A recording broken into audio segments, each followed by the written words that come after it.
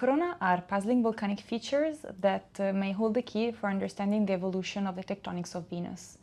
Corona are very large volcanic provinces that are characterized by a ring that can range from 60 to more than 2,000 kilometers in diameter. So we are talking about very large features and are thought to be the product of mantle upwelling. And these features are unique to Venus, so this means they are found nowhere else in the solar system. In the recent study that we've published, we studied the fractures that characterize a group of these coronae on Venus, and through this study we were able to open a little window in the Venusian subsurface. I am Barbara De Toffoli, I'm a researcher at the University of Padova, and this study was carried out in the framework of my project Hecate, which concerns coronae and the Venusian volcanotectonics. For this work, we mapped and studied thousands and thousands of fractures that pertain to the edifices of coronae, and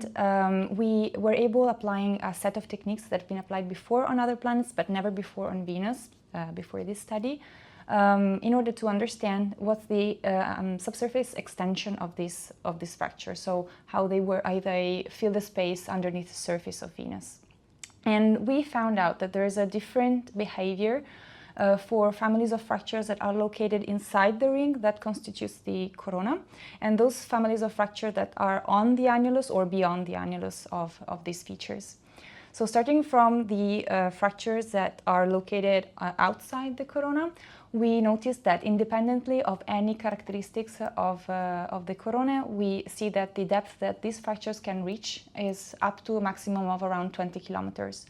And this is in accordance with what has been postulated before through geophysical data, estimating what could be the thickness of the Venusian crust. However, those fractures that actually are inside the annulus of the corona, they are behaving completely different, because we do see a scaling property between the dimension of the corona and the depth of these fractures. So we do see basically that the larger the corona, the deeper the fractures. And this is sort of giving a glimpse of what's the evolution of these very enigmatic features. And assuming that the bigger corona might be, for example, the evolution of a smaller corona, but even if just they are the product of different mantle plumes, we can see that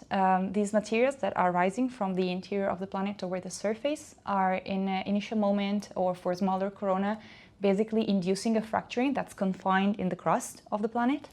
And then when the corona gets bigger or the plume is bigger, we have that this fracturing, which is characterized by very high strain rates,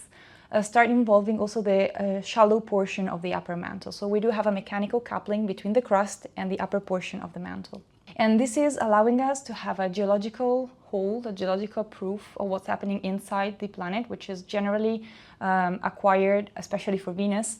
through geophysical data, because on Venus we do have this very thick atmosphere that's preventing us from actually observing the surface.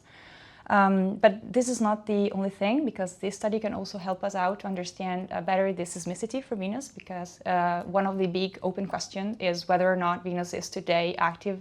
in terms of geology and seismically active. And for this reason, there's a fleet of missions that's going to explore Venus in the forthcoming years, and then there are more in the future that are already being proposed. And some of these proposals are also including instrumentation that's specifically thought to probe the eventual seismicity that Venus might have. And keeping this in mind, in the large portion of fracture that we studied for this work, we noticed that there's a portion of these fractures that can actually potentially generate seismic activity that's energetic enough, big enough, to be detected from this proposed instrumentation that will get to Venus in the future.